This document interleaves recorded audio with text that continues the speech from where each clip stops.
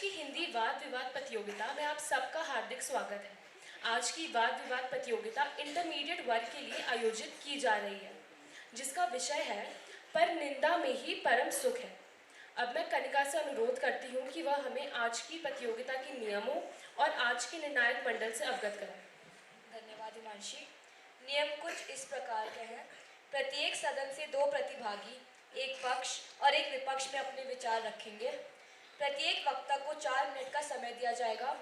तीसरे मिनट पर पहली घंटी बजेगी तथा चौथे मिनट पर दूसरी घंटी बजेगी, जो समय समाप्ति की घोषणा करेगी। प्रत्येक प्रतिभागी से 2 प्रश्न पूछे जाएंगे। सभी वक्ताओं से मेरा अनुरोध है कि वह वक्ता के वक्तव्य पर आधारित प्रश्न ही पूछे। हमारे आज के निर्णायक मंडल के सदस्य हैं mister Sharma, Mrs Silas, miss Mukherjee, Mrs Pundir. मैं आप सबका हार्दिक स्वागत करती हूँ। तो आज की प्रतियोगिता को आरंभ करते हुए सर्वप्रथम मंच पर विषय के पक्ष में अपने विचार प्रस्तुत करने के लिए मैं फॉय हाउस से प्राची बिष्ट को आमंत्रित करती हूँ।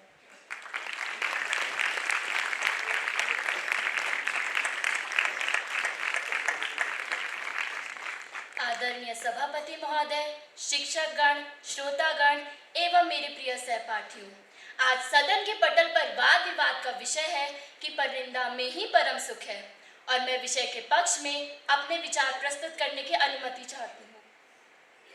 दूसरों की बुराई करना मनुष्य का स्वभाव बन गया है और इसी से उसे परम सुख की प्राप्ति होती है। कहा जाता है कि एक बार राजा अकबर ने बीरबल से पूछा, बीरबल, इस संसार का सबसे बड़ा आश्चर्य क्या है? तो बीरबल बोले, जहांपना, मेरे हिसाब से इस संसार का सबसे बड़ा आश्चर्य है कि 4 स्त्रियां साथ बैठी हों और वो किसी की बुराई ना कर रही हों। यही सबसे बड़ा आश्चर्य होगा। तो अकबर बोले, क्या बेहुदी बात करते हैं? बीरबल बोले, जनाब तफ्तीश करवा ले। और अकबर की तमाम खोजबीन के बाद यही पाया गया कि यह वास्तव में असंभव ही है और शायद आज के दौर में भी सत्य है। हमारे आज के दौर में आप देख लीजिए कि कैसे इसने व्यापक रूप ले लिया है। आलम यह है कि लोग बिना खाना खाए रह सकते हैं, लेकिन बिना दूसरों की बुराई करे नहीं रह सकते।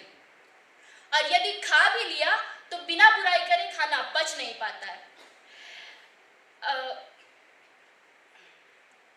यदि हम नौकरी में हों तो बॉस को इम्प्रेस करने या अपने नंबर बढ़ाने के लिए हम अपने सहकर्मी की बुराई करते हैं। बॉस, उसने अपनी ड्यूटी ढंग से नहीं करी। और यदि हम व्यापार में हो तो ग्राहक को प्रसन्न करने के लिए हम बुराई करते हैं। अरे वो तो बिल्कुल रद्दी सामान रखते हैं। और यदि हम राजनीति में हो तो पूछिए ही मत, बस सुबह से शाम तक बुराई बुराई और सिर्फ बुराई। आजकल के न्यूज़ चैनल्स तो आप लोगों ने देखे ही होंगे। डिबेट के नाम पर क्या क्या नहीं होता।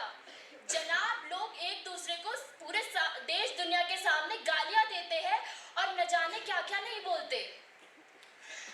और मनुष्य की प्रवृत्ति ही कुछ ऐसी बन गई है कि हम अपने दुखों से इतने दुखी नहीं जितना हम दूसरे के सुख से हैं। वर्मा जी का लड़का कक्षा में द्वितीय आया। अब इससे प्रसन्न होने के बजाय वो अपने पुत्र को कोस रही है। नालायक द्वितीय आया, पड़ोस के शर्मा जी का लड़का देख प्रथम आया है। कहने का तात्पर्य यह है कि अब मनुष्य का स्वभाव ही ऐसा कुछ बन गया है। इसमें वर्मा जी या किसी दूसरे बुराई करने वाले की कोई गलती नहीं है। अब यह हमारे जीन्स में आ चुका है। जी हाँ, डॉबिंग द्वारा उत्पन्न किए गए सिद्धांत के अनुसार हम जिस चीज का ज्यादा से ज्यादा उपयोग करते हैं उसका अधिक और अधिक विकास होता रहता है और यह हमें हमारे पूर्वजों से प्राप्त हुआ है और शायद इसे सुधारने के लिए हमें पीढ़ियां गुजर जाएं। और अब मेरे विपक्षी मित्र कहेंगे कि निंदा करना तो बुरा काम है। मैं मानती हूँ बुरा काम है, लेकिन क्या करें, हम अपने स्वभाव से बंधे हुए हैं और इसी से हमें परम सुख की प्राप्ति होती है। रातों को नींद नहीं आती जब तक हम पड़ोसी की बुराई कर ना ले या सुन ना ले। अंत में मैं अपनी वाणी को विराम देते हुए यही कहना चाहूंगी कि कबीरदास जी का यह दोहा आज के परिवेश पर बिल्कुल सटीक उतरता है। दोष पराया देख करी चले हसंत हसंत, अपना याद आवई जाका आदि न अंत। अर्थात दूसरों को देखकर हम उन पे बड़े हंसते हैं, लेकिन जब खुद पे बात आती है तो हमारे खुद के कर्मों का, हमारे खुद के बुरे कर्मों का ना तो जहाँ से शुरुआत हो रही है ना हमें वो पता है, और कहाँ पे वो अंत हो रहा है ना वो पता है। धन्यवाद।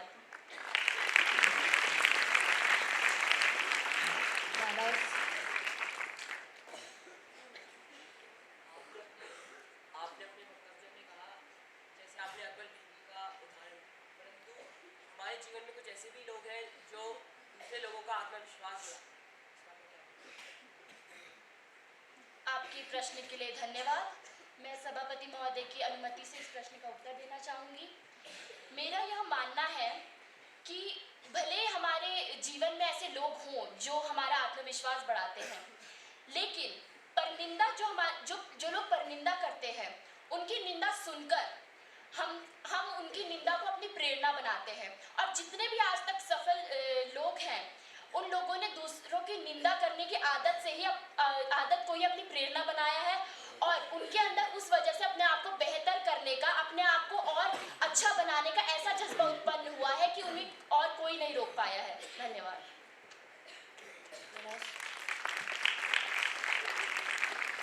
आपने अपने वक्तव्य में कबीरदास जी के एक दोहे का उपयोग किया था।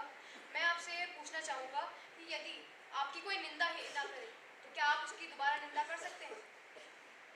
आपके प्रश्न के लिए धन्यवाद। मैं सभापति महोदय की अनुमति से इस प्रश्न का उत्तर देना चाहूँगी।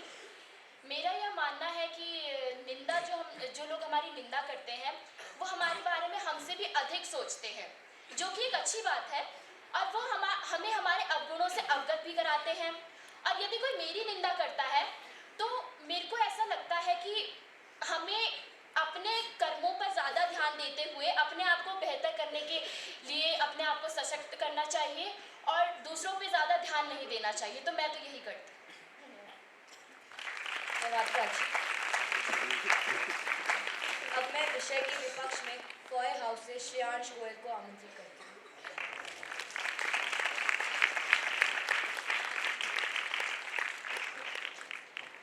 बुरा जो देखने मैं चला, बुरा ना मिलिया कोई, जो मन देखा आपना, मुझसे बुरा ना कोई। आदरणीय प्रधानाचार्य जी, समस्त शिक्षक गण एवं मेरे प्रिय सहपाठियों, मैं श्रेयांश गोयल फॉर सदन की ओर से आज का विषय पर निंदा में ही परम सुख है के विपक्ष में अपने विचार प्रस्तुत करने जा रहा हूँ। महोदय, निंदा कपड़े पर चढ़े उस मैल की भांति है जो कपड़े की शोभा घटाती है। ठीक उसी प्रकार निंदा का आधार भी सिर्फ असत्य होता है, जो दूसरों की भावनाओं को ठेस पहुंचाने के अलावा और कोई कार्य नहीं करता। अर्थात जो समय हम स्वयं के चरित्र निर्माण में लगा सकते हैं, भला उसे निंदा जैसे तुच्छ विषय पर क्यों व्यर्थ करें। महोदय, निंदा सिर्फ हमारे अहंकार को सुख देती है। प्रारंभ में ये भले एक मनोरंजन का साधन लगे, किंतु धीरे धीरे यह हमारा स्वभाव और आदत बन जाती है, जिसके कारण हम हर समय किसी को बुरा सिद्ध करने में और स्वयं को अच्छा सिद्ध करने में लगे रहते हैं, जो हमें कब अहंकारी बना देता है हमें स्वयं ही ज्ञात नहीं हो पाता।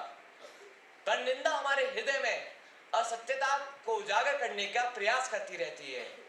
एक कहावत है कि चोर को सारी दुनिया चोर नजर आती है, अर्थात किसी की परनिंदा करके उसको गिराने का प्रयास वही करता है जो स्वयं गलत होता है। परनिंदा एक ऐसा दीमक है जो मनुष्य के मन को अशांत कर भीतर ही भीतर उसे खोखला करती रहती है। आप स्वयं पाएंगे कि अगर आप अच्छी बातें करते हैं तो आपका मन और मस्तिष्क दोनों प्रसन्न रहते हैं।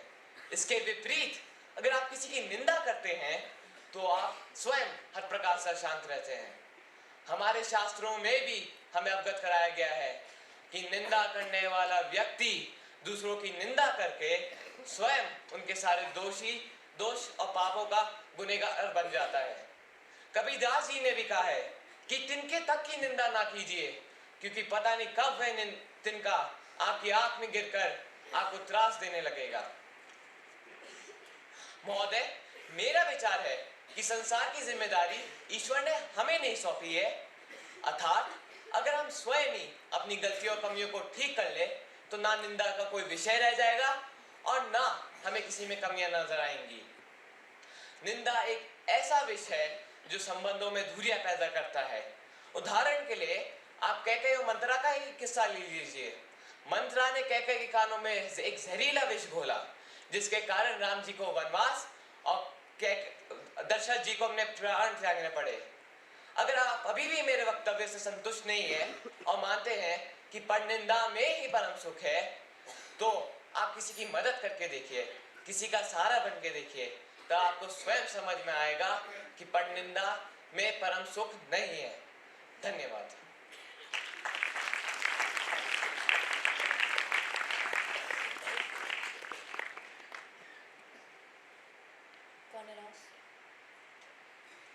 आपने अपने वक्तव्य में ये कहा कि एक निंदक दूसरे की निंदा तभी करता है जब उसे ऐसा लगता है कि दूसरा व्यक्ति सर्वश्रेष्ठ है, परंतु आपको ऐसा नहीं लगता कि एक निंदक तब आपकी निंदा करता है जब उसे आप में कोई दोष दिखाई देता हो? जी, निंदक आपकी निंदा तब करता है, जैसे माना मुझे लगता है कि मेरे अच्छे मार्क्स नहीं आते हैं, तो मैं एक ऐसे व्यक्ति को ढूंढूंगा जिसमें मैं अपनी भड़ास निकाल सकूं और अपने आप को अच्छा साबित कर सकूं कि मैं उससे अच्छा हूं। इसलिए हम निंदा करते हैं। धन्यवाद।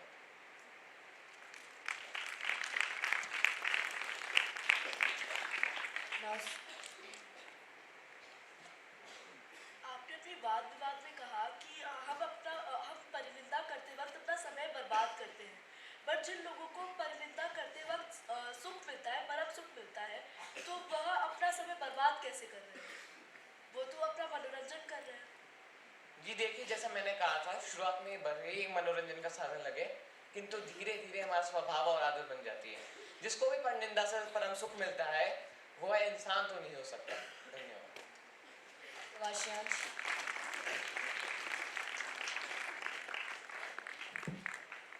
अब मैं विषय के पक्ष में पाल हाउस से प्रथा सिंगल को आमंत्रित करती हूँ।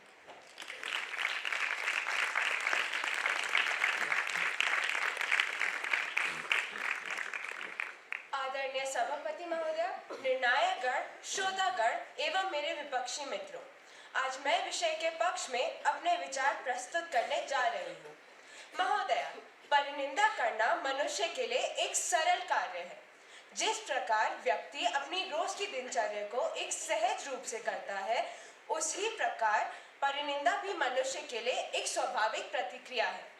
आपका वह दिन थोड़ा सा उदास व भारी सा गुजरता है जिस दिन आप किसी की निंदा नहीं करते, और वो लोग जो यह बोलते हैं कि हम किसी की निंदा नहीं करते, वे मेरी नज़र में अपने आप को भगवान की श्रेणी में रखने की कोशिश करते हैं, जो कि असंभव सी बात है। महोदया, मैं मानती हूँ कि परिनिंदा करना उचित बात नहीं है, लेकिन आज हम यहाँ उचित अनुचित की बात नहीं कर रहे हैं। हम बात कर रहे हैं आनंद की, परम आनंद की। इस सभागार में उपस्थित सभी लोगों ने कभी न कभी किसी न किसी की तो परिनिंदा करी ही होगी तथा आनंद भी प्राप्त करा होगा। कई बार मनुष्य जाने अनजाने में ही किसी की निंदा का भागी बन जाता है और उसे आनंद भी प्राप्त हो जाता है। महोदया, मेरे ख्याल से परिनिंदा करने वाला किसी दूसरे को किसी प्रकार का नुकसान नहीं पहुंचाना चाहता। उसका तो बस उसकी जुबान पर काबू नहीं रह पाता और वह निंदा रसपान का आदी बन जाता है। कुछ लोगों के लिए निंदा एक मनोरंजन का साधन बन जाता है, क्योंकि इसमें कोई खर्चा भी नहीं करना पड़ता और परम आनंद की प्राप्ति भी हो जाती है। इसमें किसी शिक्षा व डिग्री की भी जरूरत नहीं होती। और निंदा करने वाला अलग अलग कारणों की वजह से निंदा करता है। कुछ लोग समय काटने के लिए निंदा करते हैं, कुछ लोग स्वयं को श्रेष्ठ दिखाने के लिए निंदा करते हैं, और कुछ लोगों की तो आदत ही होती है निंदा करना। परिनिंदा से मिलने वाले सुख का कोई जोड़ नहीं है। यह वो सुख है जो कि हमें किसी खाने से भी नहीं मिल सकता, ना ही किसी धन संपत्ति से मिल सकता है। महोदया, मेरे हिसाब से हमें निंदक को बुरा न कहते हुए उसकी कही बातों से अपने चरित्र का निर्माण करना चाहिए, क्योंकि कबीर दास जी ने भी तो कहा है, निंदक न्यारे राखिए आंगन कुटी छवाए, बिन पानी साबुन बिना निर्मल करे सभाए। कहने का अर्थ यह है कि जो निंदा करता है उसे सदैव अपने पास रखो, क्योंकि वह बिना साबुन पानी के भी हमारे स्वभाव को साफ करता है। तो इस प्रकार निंदक निंदा करके आनंद प्राप्त कर रहा है और जिसकी वह निंदा कर रहा है उसके स्वभाव को वह साफ कर रहा है। इस भागदौड़ भरी जिंदगी में लोगों के पास हंसने मुस्कुराने तक का तो वक्त नहीं, लोग अपने पड़ोसी से तक बात करना नहीं चाहते। ऐसे में यह परनिंदा के जादू वातावरण को हल्का करता है और जीवन में आनंद का रस घोलता है। महोदया, मेरे विपक्षी परनिंदा को पाप बुराई व न जाने कौन कौन सी उपाधियों से नवाजेंगे, परंतु अगर गहराई से देखा जाए तो परनिंदा किसी को तकलीफ पहुंचाने के लिए नहीं की जाती। अगर निंदक को किसी को तकलीफ ही पहुंचानी होती तो वह उसके सामने जाकर उसकी बुराई कर सकता था। निंदा तो पीठ पीछे की जाती है और निंदा करने वाला कुछ इस प्रकार के शब्द बोलता है जो कि किसी को गुदगुदाने में समर्थ होते हैं, जैसे कि अरे तुमने रीना को देखा, कितने बेकार रंग के कपड़े पहने थे। अरे मोहन को देखा, कितना बन रहा था, क्यों? क्योंकि टेस्ट में पूरे नंबर आ गए। अरे बॉस को देखा, कितनी पुरानी गाड़ी से ऑफिस आता है, आदि आदि। मजेदार बात तो यह है कि यदि कोई सत्य बोले तो लोग उससे प्रमाण मांगते हैं, लेकिन अगर कोई किसी की निंदा करे तो सब उसकी बात पर भरोसा कर लेते हैं। क्यों? क्योंकि हम सबको भी तो परनिंदा प्राप्त करनी ही है। धन्यवाद।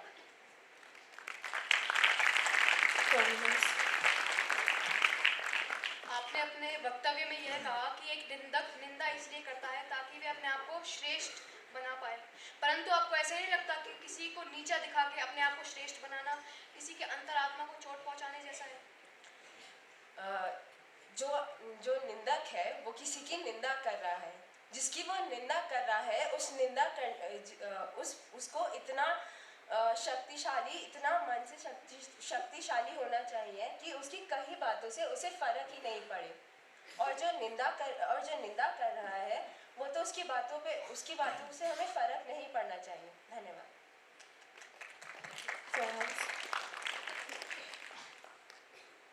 आपको नहीं लगता जो व्यक्ति निंदा करता है उसे गलानी होती है, इसके कारण वो गलानी?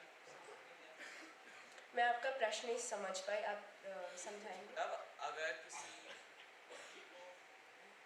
कोई व्यक्ति किसी की निंदा कर रहा है तो उसे एक अंतरात्मा गलानी होती है, इसके कारण उसे वो गिल्ट होगा, लेकिन उसने तो किसी की निंदा कर दी, अब तो वह हो गया, अब वो उस बात को बदल तो नहीं सकता। धन्यवाद।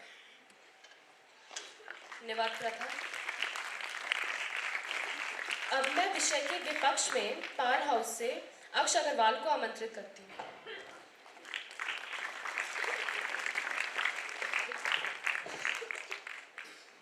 गलती नीम की नहीं कि वो कड़वा है, गलती नीम की नहीं कि वो कड़वा है, खुद गर्जी तो जीप की है कि उसको मिठास पसंद है। आदरणीय निर्णायकगण, श्रोतागण एवं मेरे विपक्षी मित्रों, आज मैं इस वाद विवाद प्रतियोगिता के विषय के विपक्ष में अपने विचार प्रस्तुत करने जा रहा हूँ। आज का वाद विवाद बड़े सरल शब्दों में यह कहता है कि दूसरों की बुराई करना परम सुख है, परंतु कैसे किसी की बुराई करना परम सुख हो सकता है? हम दूसरों की बुराई तभी कर सकते हैं जब हम उसके जितना सक्षम ना हो और उसे हीन भावना रखते हो। और यहाँ पे मैं यह कहना चाहूंगा कि अच्छे ने अच्छा और बुरे ने बुरा समझा मुझे, जिसको जितनी जरूरत थी उसने उतना समझा मुझे। आज परनिंदा करना परम सुख कैसे हो सकता है? एक बार किसी की प्रशंसा करके तो देखो, वो परम सुख होता है। किसी गिरे हुए को उठाकर तो देखो, वो परम सुख होता है। किसी डूबते हुए को बचाकर तो देखो, वो परम सुख होता है। आज परनिंदा करने वाला व्यक्ति उन हजार खूबियों को छोड़कर उस एक कमी को देखता है जिससे वो निंदा कर सके। उसी मक्खी की तरह जो पूरे खूबसूरत जिस्म को छोड़कर केवल जख्म पर आके बैठती है। आपने कुछ 5 लोग तो देखे ही होंगे जो यह कह रहे होंगे कि वो कार्य संबंधित वार्तालाप कर रहे हैं, परंतु वो कार्य संबंधित वार्तालाप नहीं, वह निंदा रस चल रहा होगा। तभी तो आज के जीवन में व्यक्ति अपने दुख से इतना दुखी नहीं है जितना दूसरे के सुख से दुखी है। आज मेरे पक्षी मित्र यह कहेंगे कि जीवन में कहीं अच्छाई है तो कहीं बुराई है, और अगर आज हमें किसी भी व्यक्ति के बारे में कुछ चीजें अच्छी नहीं लगती तो उसकी बुराई करने में क्या हर्ज है। परंतु मेरा यह मानना है जब भी हम किसी की बुराई करते हैं उसमें हमारा चरित्र दिखता है, ना कि किसी दूसरे का। क्योंकि सर्वप्रथम हमें अपनी खामियां देखनी चाहिए कि हमारे में क्या कमी है, तभी हमें दूसरे की निंदा करनी चाहिए। निंदा किसी लोगों की पूंजी होती है। एक पूंजी होती है निंदा। कुछ लोगों ने व्यवहार बना दिया है इस पूंजी को। आज अगर परनिंदा करना ही परम सुख है तो इससे तो यह साबित होता है कि हमारा समाज पतन की ओर अग्रसर है। यहाँ पे मैं श्री कृष्ण की यह महत्वपूर्ण बात कहना चाहूंगा कि जो निंदा करता है वो तो दोषी होता ही है, परंतु जो निंदा सुनता है वो उतना ही दोषी होता है जितना निंदा करने वाला। आज जो परनिंदा करते हैं मैं उनके बारे में कुछ कहना चाहूंगा कि उस प्यासे के लिए पानी परम सुख है, उस प्यासे के लिए पानी परम सुख है, उस भूखे के लिए भोजन परम सुख है, अपने माता पिता की सेवा करना परम सुख है, अपने अध्यापकों का आदर करना परम सुख है, किसी गरीब की मदद करना परम सुख है। तो आज परनिंदा करना परम सुख कैसे हो सकता है जब हमारे जीवन में इतने परम सुख है। आज जब भी हम किसी व्यक्ति के बारे में कुछ निंदा करते हैं तो उस व्यक्ति पे क्या बीतती है ये हमको नहीं पता, क्योंकि वो 3 शब्द उसके जीवन में क्या प्रभाव लाते हैं वो हमको नहीं पता कि क्या वो व्यक्ति अपने जीवन में ऐसे ठोस कदम उठा सकते हैं जब हम उसकी निंदा करते हैं। उस व्यक्ति पे ऐसा प्रभाव पड़ सकता है क्योंकि वो 2 कठोर शब्द उसके जीवन में कुछ ऐसा प्रभाव डाल सकता है कि वो कुछ ऐसा ठोस कदम उठाएगा और आपको एक दुश्मन जैसा मान लेगा। तो क्या आप वो दुश्मन बनना चाहेंगे? अंत में मैं यही कहना चाहूंगा कि जो परनिंदा करता है वो कभी किसी का सगा नहीं होता।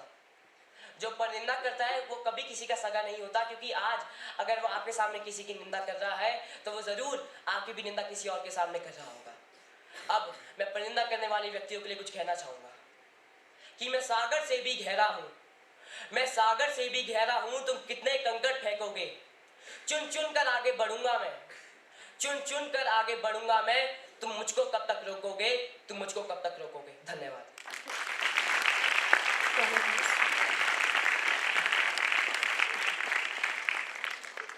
यदि कोई आपका रिश्तेदार आपकी परनिंदा करता है तो क्या आपको तब भी यही लगेगा कि वह मेरा सगा नहीं है, वो मेरा बुरा चाहता है? धन्यवाद। आपके प्रश्न के लिए धन्यवाद। हमारे जीवन में परनिंदा के भी 2 प्रकार होते हैं। एक निंदा ये होती है जो हमारे घर वाले हमको कहते हैं, वो हमको समझा रहे होते हैं, वो निंदा नहीं होती, वो हमको समझा रहे होते हैं। और एक निंदा ये होती है कि हम दूसरे को नीचा दिखा रहे हैं क्योंकि हम उसके जितना सक्षम नहीं है और हम उससे हीन भावना रखते हैं। और अगर हमें घर वाले हमें कुछ समझा रहे हैं तो वो निंदा नहीं, वो समझाने के रूप में आएगा। धन्यवाद। आपको नहीं लगता कि जो निंदा करने वाले लोग हैं वो हमें कहीं ना कहीं से प्रेरित करते हैं कि हम अपने आप को और बेहतर करें? और मेरे हिसाब से जितने भी आज तक महापुरुष रहे हैं उन्होंने निंदा को ही अपनी प्रेरणा बनाया। आपके प्रश्न के लिए धन्यवाद। जी, ऐसे महापुरुष तो मुझे भी नहीं पता जो निंदा को प्रेरित मानते हैं। आज निंदा करना परम सुख है ही नहीं, क्योंकि निंदा भी एक सीमित तक ही अच्छी लगती है।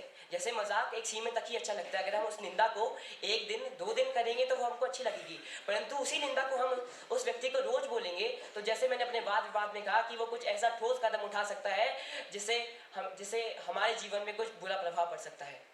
और बात है कि अगर हम दूसरों की निंदा करेंगे तो उस पर हमारे साथ ही बुरा प्रभाव होगा, हम उससे कुछ अच्छा नहीं सीखेंगे, क्योंकि उस let का वो आत्मविश्वास गिराता है, ना कि आत्मविश्वास बढ़ाता है। धन्यवाद।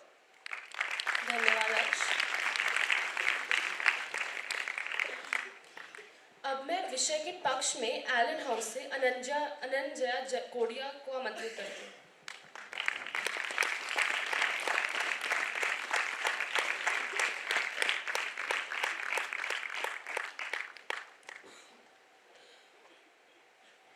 नारायण नारायण, परिनिंदा में ही परम सुख है।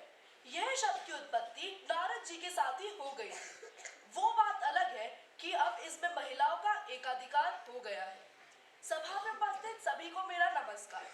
यहाँ पर मैं किसी भी वर्ग पर कटाक्ष नहीं करना चाहती, बस अपनी खोज में से आज के विषय परिनिंदा में ही सुख है को अपने विचार प्रस्तुत करने की अनुमति चाहती हूँ। आज व्यक्ति के जीवन में परिनिंदा की दैनिक प्रवृत्ति इस प्रकार प्रवेश कर चुकी है कि इससे कोई भी अछूता नहीं रहा। कुछ लोगों ने तो ऐसे अपने जीवन का अभिन्न अंग बना लिया है। हिंदी साहित्य में रसों की गिनती 9 है, मगर आज का वातावरण और हालात देखते हुए 10वां रस परिनिंदा ही बन जाएगा। क्यों? क्योंकि पुरानी मान्यता तो जैसे को कुछ इस प्रकार स्पष्ट करना चाहूंगी। ताश के पत्ते ना हो तो आप ताश नहीं खेल सकते, कैरम बोर्ड ना हो तो आप कैरम नहीं खेल सकते, मगर परिनिंदा के खेल में ऐसी कोई बाधा नहीं होती। इसे आप कहीं भी कभी भी आनंद पूर्वक खेल सकते हैं। ना ही इसमें कोई राजा और ना ही कोई रंग। परिनिंदा का खेल हर कोई नहीं खेल सकता, मगर खेलना सब चाहते हैं। क्यों? क्योंकि इसमें परम सुख की अनुभूति होती है। अब मैं अपने विपक्षी मित्रों से पूछना चाहूंगी कि आज इस महंगाई के जमाने में मनोरंजन का जो सबसे उत्तम और सबसे सस्ता साधन वो है परिनिंदा, तो वो उससे वंचित क्यों रहना चाहते हैं? ना ही इसमें कोई ऑडिटोरियम की आवश्यकता होती है, ना ही किसी निमंत्रण पत्र की, और सभा सोसाइटी का तो झंझट ही नहीं है, तो वो क्यों रहना चाह रहे हैं वंचित इससे? हाँ, मैं ये जरूर कहूंगी कि परिनिंदा करने का समय और तरीका सही होना चाहिए, क्योंकि आज अगर हमें नाश्ता पानी ना मिले तो कोई बात नहीं, मगर परिनिंदा करने का सही अवसर ना मिले तो हमारा जीवन वीरान और निरर्थक हो जाता है। ये प्रेम से अधिक विस्तृत और वेदना से अधिक मधुर है। निंदा करने वाला कभी नहीं पछताता। यह मनुष्य की अहम की ढाल और दूसरों की अहम की तलवार है। अब मेरे विपक्षी मित्र कहेंगे कि हमें किसी की निंदा नहीं करनी चाहिए क्योंकि उससे उस पर गलत प्रभाव पड़ता है, परंतु मेरा मानना यह है कि अगर हम किसी की कमी उसके सामने उजागर करते हैं तो वह अपने व्यक्तिगत जीवन में सुधार ला सकता है। भला अपने अंदर सुधार लाना गलत प्रभाव कैसे है? परिनिंदा का परम सुख तो पड़ोसियों के साथ ही आता है, जब वह एक एक घर की पूरी खबर एक ही बैठक में दे देते हैं। चाहे उनके घर में जितनी भी समस्याएं क्यों ना चल रही हो, वो उसका साधन ढूंढने से ज्यादा अपने परम सुख के आनंद के लिए दूसरों के घर में जाकर उनकी परेशानियों को चर्चा का विषय बना लेते हैं। परिनिंदा एक ऐसा स्रोत ग्रंथ है जिसके ऊपर विचार करना असंभव है। इसलिए दोस्तों, परिनिंदा एक मीठी रोटी की तरह है, जिधर से तोड़ो उधर से मीठी, सुनने वाला भी मग्न और निंदक भी रसनी। अंत में मैं अपनी वाणी को विराम देते हुए यही कहना चाहूंगी कि प्रशंसा और निंदा करना दोनों ही मनुष्य का स्वभाव है। जिसे वो पसंद करता है वह उसकी प्रशंसा करता है और जिसे नहीं वह उसकी निंदा करता है। इसलिए परिनिंदा एक रहस्यमयी कार्य व्यापार है जिसे हर कोई नहीं कर सकता। धन्यवाद।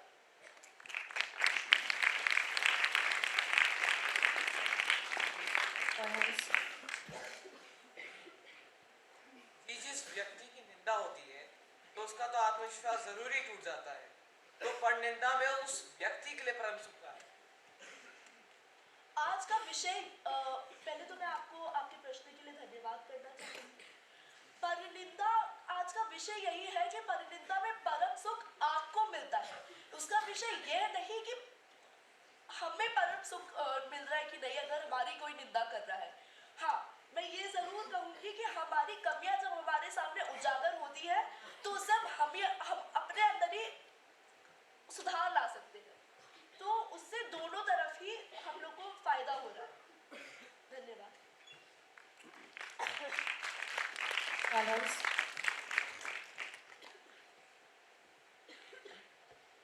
जी, आपने अपने वक्तव्य में परिनिंदा को एक खेल कि ना ही जिस व्यक्ति की निंदा हो रही है उसको निंदा ही खेल है, और ना ही जो परिनिंदा कर रहा है उसको ये खेल है। पहले मैं आपको आपके प्रश्न के लिए धन्यवाद करना चाहूंगी। मेरा कहना यह है कि परिनिंदा एक खेल इसलिए है क्योंकि आज इस महंगाई के जमाने में सबसे ज्यादा सस्ता तरीका मनोरंजन का परिनिंदा है, क्योंकि आप इस बात से ये नहीं कह सकते कि आप कभी परिनिंदा नहीं करते। आप भी परिनिंदा करते हैं जब आपके पास मनोरंजन के लिए कुछ नहीं होता। क्या आप ये कहना चाहेंगे कि आपके दोस्तों के साथ जब आप बैठते हैं आप किसी की परिनिंदा नहीं करते? धन्यवाद रंजन।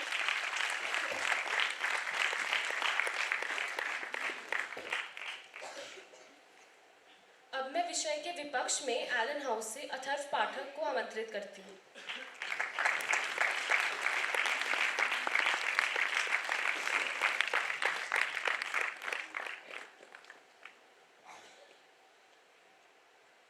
मैं सभापति महोदय की अनुमति से अपनी वाद विवाद प्रारंभ करने की अनुमति चाहता हूँ। दुर्बल को ना सताइए, जाकी मोटी हाय, मरी खाल की सांस से लोहा भस्म हो जाए। सभा में उपस्थित सभी को मेरा नमस्कार। आज मैं परनिंदा में ही परम सुख है विषय का विरोध करते हुए अपने विचार प्रस्तुत करने की अनुमति चाहूंगा। सर्वप्रथम मैं आज के विषय के दो प्रमुख बिंदुओं पर आपका ध्यान आकर्षित करना चाहूंगा।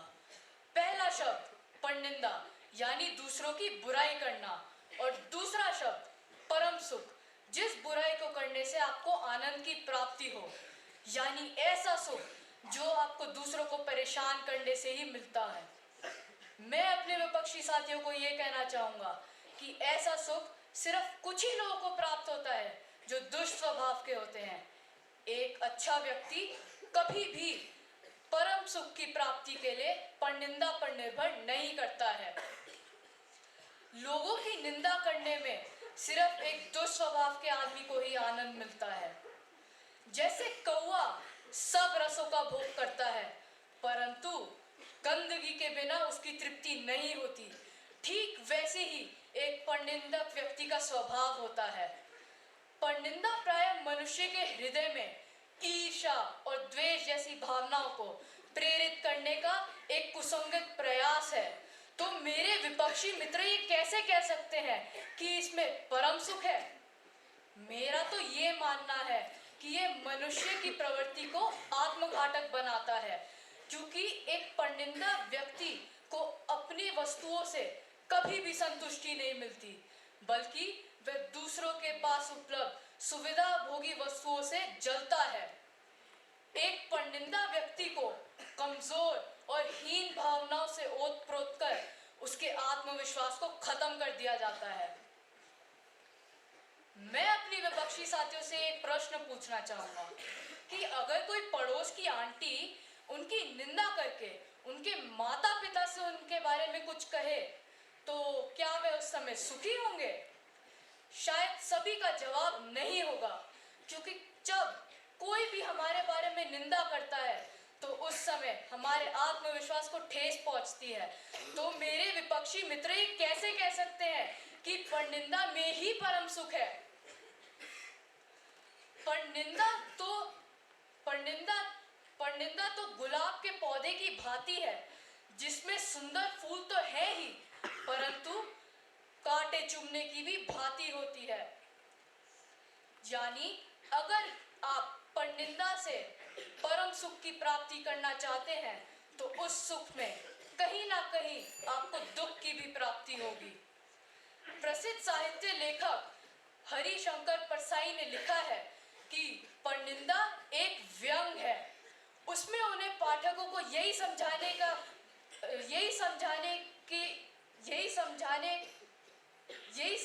प्रयास किया है कि एक मनुष्य को कभी भी किसी की निंदा नहीं करनी चाहिए, क्योंकि अंत में उसका परिणाम बुरा ही होता है। मैं अपनी वाणी को विराम करते हुए यही कहना चाहूंगा, परनिंदा के किए ते आवत नहीं कुछ हाथ, मूर्ख पर्वत पाप को ले चलियो अपने साथ। अर्थात परनिंदा करने से कभी किसी के कुछ हाथ नहीं लगता है। मूर्ख तो पाप का पहाड़ व्यर्थ अपने साथ लिए जा रहा है और उसमें परम सुख को पाने की कोशिश कर रहा है। धन्यवाद।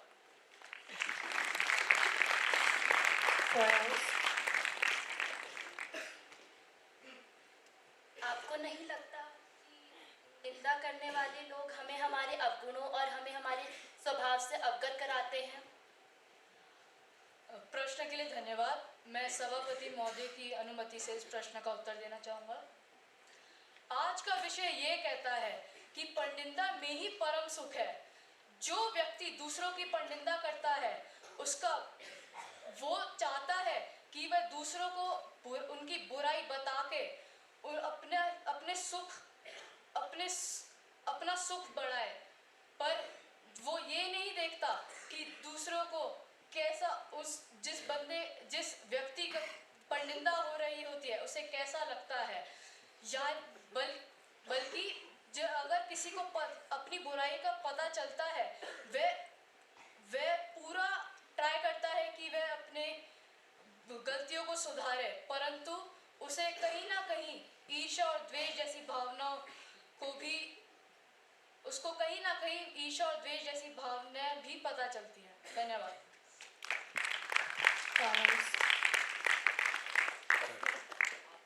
वक्तव्य में कहा कि दुष्ट लोग ही निंदा करते हैं, परंतु हमारे जीवन में हमने कभी ना कभी किसी की निंदा करते हुए क्या पूरी दुनिया दुष्ट है?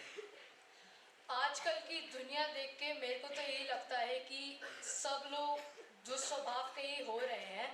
धीरे धीरे जब किसी अच्छे व्यक्ति के साथ भी निंदा होती है, वह अपनी भड़ास निकालने के लिए दूसरों की भी निंदा करता है, जिसकी वजह से हम सब आजकल एक दूसरे की निंदा कर रहे हैं। धन्यवाद। धन्यवाद अथर्व। आज का विषय बेहद ही रोचक है। कृपया सोए ना और सीधे बैठे। अब मैं विषय के पक्ष में कॉन्डन हाउस से नंदिनी चौधरी को आमंत्रित करती हूँ।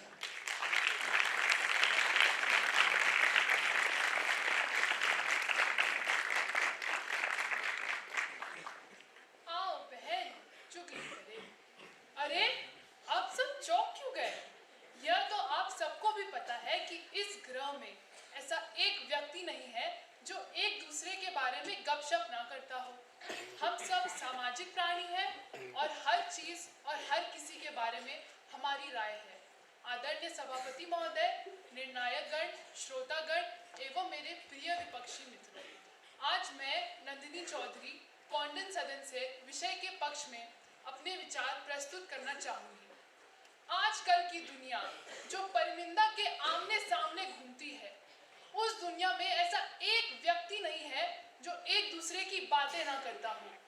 जब लड़ाइयाँ होती है तो वह एक ऐसा समय होता है जब मनुष्य बिना सोचे समझे एक दूसरे के बारे में सच उमड़ देता है। यह माना जाता है कि मनुष्य गुस्से में सबसे ज्यादा सच बोलता है। इस समय हमें पता चलता है कि कौन हमारा सच्चा मित्र है और हम किस पर भरोसा कर सकते हैं। सबको लगता है कि जीवन में सच्चाई और उम्मीदों का एक ही स्थान है, परंतु ज्यादा घटनाओं में ऐसा नहीं होता और एक व्यक्ति का भरोसा टूट जाता है और वह परिनिंदा करने पर उतर ही जाता है। जब व्यक्ति के मन में 100 विचार चल रहे होते हैं तो उसे अपने दिमाग का बोझ हल्का करना होता है और उसके परिनिंदा करने की इच्छा होती है। अतः उसके दिमाग को परम सुख परिनिंदा से ही मिलता है। अब प्रश्न उठता है क्यों? क्योंकि कई प्रसिद्ध मनोचिकित्सकों के अनुसार हमारी 80% बातचीत अन्य लोगों के बारे में ही होती है, जिससे हम किसी मानसिक और भावनात्मक रूप से बाहर निकाल पाते हैं और हल्का महसूस करते हैं। हर व्यक्ति का चरित्र उत्तम नहीं होता, यह एक सत्य वचन है और आज आप और मैं इस मंच पर वाद विवाद करके एक सच्चाई नहीं बदल सकते। क्या आपने कभी किसी की परिनिंदा नहीं की? क्या आपको इस बात का एहसास है कि लोग आपकी परिनिंदा भी करते हैं? भाइयों और बहनों, आप पूरी दुनिया से झूठ बोल सकते हैं, परंतु अपने आप से नहीं। परिनिंदा करने से हमें दूसरों से लगाव महसूस होता है और भरोसेमंद लोगों को चुनने में आसानी होती है। आजकल के लोग हर छोटी बात पकड़कर बैठ जाते हैं। यदि किसी को पता चलता है कि कोई दूसरा उसकी परिनिंदा कर रहा है तो सामने वाले को बुरा नहीं मानना चाहिए, परंतु अपने उस अवगुण को एक सकारात्मक रूप से देखकर उसमें सुधार लाने की कोशिश करनी चाहिए। किसी के भी सारे गुण पूर्ण रूप से अच्छे नहीं होते और मनुष्य में परिवर्तन जरूरी और अच्छा है। हर चीज का नकारात्मक रूप छोड़कर हमें सकारात्मक रूप देखना चाहिए। अब मैं अपनी वाणी को विराम देते हुए बस यही कहना चाहूंगी कि कई वैज्ञानिकों के अनुसार परिनिंदा से हम स्वस्थ और प्रसन्न महसूस करते हैं और अपने आप को ताजगी भरा महसूस करा सकते हैं। धन्यवाद।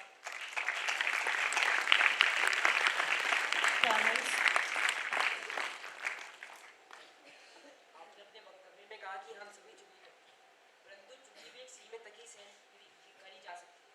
अगर वो चुगली ज्यादा करेंगे तो वो चुगली एक नष्ट रूप में हमें प्रभावित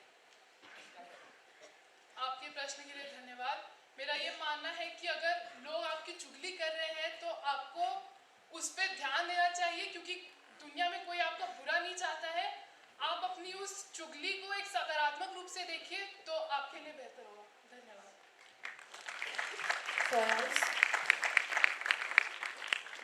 ये आपने अपनी वाद विवाद में कहा कि लोग जब क्रोधित होते हैं तब वो दूसरों की निंदा करते हैं और सच बोलते हैं, किंतु आपको नहीं लगता कि जब कोई व्यक्ति दूसरे व्यक्ति पर क्रोधित होता है तो उसको गिराने के लिए कुछ भी बोलता है?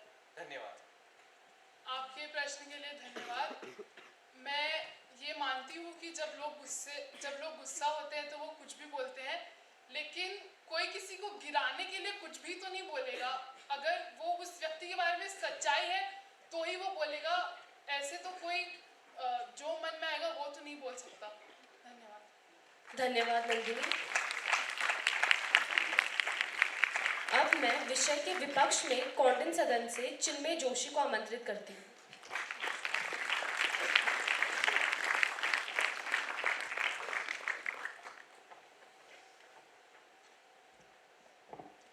दोस्तों, शास्त्रों में लिखा है, संतों ने, विचारकों ने निरंतर कहा है कि निंदा से बड़ा कोई अवगुण नहीं है। ऋग्वेद में कहा गया है कि दूसरों की निंदा करने से स्वयं का ही नुकसान होता है। तो क्या दूसरों की निंदा करने से परम सुख प्राप्त किया जा सकता है? सभागार में उपस्थित प्रत्येक व्यक्ति को मेरा सादर नमन। मैं चिन्मय जोशी इस मंच पर आज के विषय के विपक्ष में अपने विचार प्रस्तुत करना चाहूंगा। आज का विषय सरल शब्दों में यह कहता है कि दूसरे की बुराई करने से ही परम सुख प्राप्त किया जा सकता है। मैं इस कथन से पूरी तरह असहमत हूं। मेरे विपक्षी मित्रों ने आज यह कहा है कि जब भी किसी की निंदा की जाती है तो उस व्यक्ति को अपना कार्य और अच्छे से करने के लिए प्रेरणा मिलती है। परंतु मैं उन सबसे पूछना चाहूंगा, यदि एक गूंगे व्यक्ति की निंदा यह कहकर की जाए कि वे गूंगा है, अरे वे बोल नहीं सकता, तो क्या वे अपनी अवस्था में सुधार ला पाएगा? मैं अपने विपक्षी मित्रों के इस वहम को दूर करना चाहूंगा कि आलोचना और निंदा एक है। वास्तव में आलोचना करने का हर व्यक्ति को अधिकार होता है। आलोचना करने से आलोचक का भी विकास होता है, क्योंकि वे अपने तर्क को और स्पष्ट रूप से समझाने की कला सीखता है। हालांकि निंदा एक व्यक्ति को अशुद्ध बना देती है। आलोचना एक व्यक्ति के कार्य की होती है, निंदा एक व्यक्ति के व्यक्तित्व की होती है। किसी व्यक्ति के कार्य में दोष निकालना गलत नहीं, परंतु उस व्यक्ति में दोष निकालना अनुचित है। परनिंदक हमेशा यह भूल जाता है कि जिसकी परनिंदा हो रही है उसका मनोबल कैसे गिर जाता है। एक परनिंदा करने वाले व्यक्ति को यह नहीं समझ में आता कि उसकी भी निंदा की जा सकती है। मेरे विपक्षी मित्र परनिंदा को परम सुख इसलिए कहते हैं क्योंकि उन्हें ऐसा लगता है कि परनिंदक अपनी ही नजरों में सर्वश्रेष्ठ बन जाता है निंदा करके। परंतु क्या यह सही है? क्या यही परम सुख है? जी नहीं। मेरे दृष्टिकोण में परम सुख है शांति। यदि आप किसी की परनिंदा करते हैं तो आपके मन में एक सही और गलत का युद्ध शुरू हो जाता है। आज के युग में समाज हर उस व्यक्ति की निंदा करता है जो मोटा है, पतला है, नाटा है, गूंगा है, सांवला है या शारीरिक रूप से कमजोर है। परंतु क्या यह सही है? क्या उस परनिंदक को पता है कि जिसकी निंदा की जा रही है उसका मनोबल कैसे गिर रहा है? मैं अपने विपक्षी मित्रों से यह पूछना चाहूंगा कि क्या इन लोगों की जान ज्यादा जरूरी है या उस परनिंदक का सुख? निंदा हमारे अहंकार को सुख देती है, जो हमें निंदा करने की आदत लगा देता है। लेकिन निंदा करने से हमें क्या हानि होती है? क्या हमने कभी विचार किया है? निंदा एक दो धारी तलवार है। जिसकी निंदा की जाती है उसकी प्रतिष्ठा घट जाती है और जो निंदा करता है उसका हृदय अपवित्र हो जाता है। निंदा वे कर्म है जो हमेशा लौट कर आता है। यदि आप किसी की निंदा करेंगे तो आपकी भी निंदा की जा सकती है। यदि आप किसी का अपमान करेंगे तो आपका भी अपमान किया जा सकता है। इस धरती पर कोई भी सर्वश्रेष्ठ नहीं है। यदि आप किसी के अवगुणों में दोष निकालते हैं तो वह व्यक्ति आपके अवगुणों में भी दोष निकाल सकता है। अंत में मैं अपने विपक्षी मित्रों से एक प्रश्न पूछना चाहूंगा। क्या आपने कभी अपने आप को उस व्यक्ति के स्थान पर रख के देखा है जिसकी परनिंदा की जाती है? यदि आपने ऐसा किया होता तो आपको पता होता निंदा परम सुख है या परम दुख। धन्यवाद।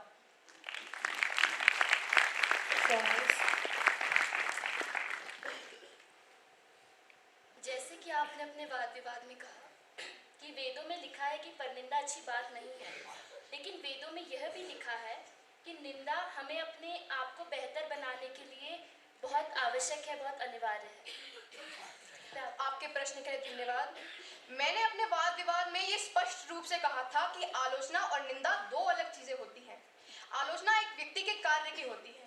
यदि मैं आज आपसे कहूं कि आपका कार्य मुझे पसंद नहीं है, तो वो आपकी आलोचना है। यदि मैं कहूं कि आप मुझे पसंद नहीं हो, तो वह आपकी निंदा है। धन्यवाद।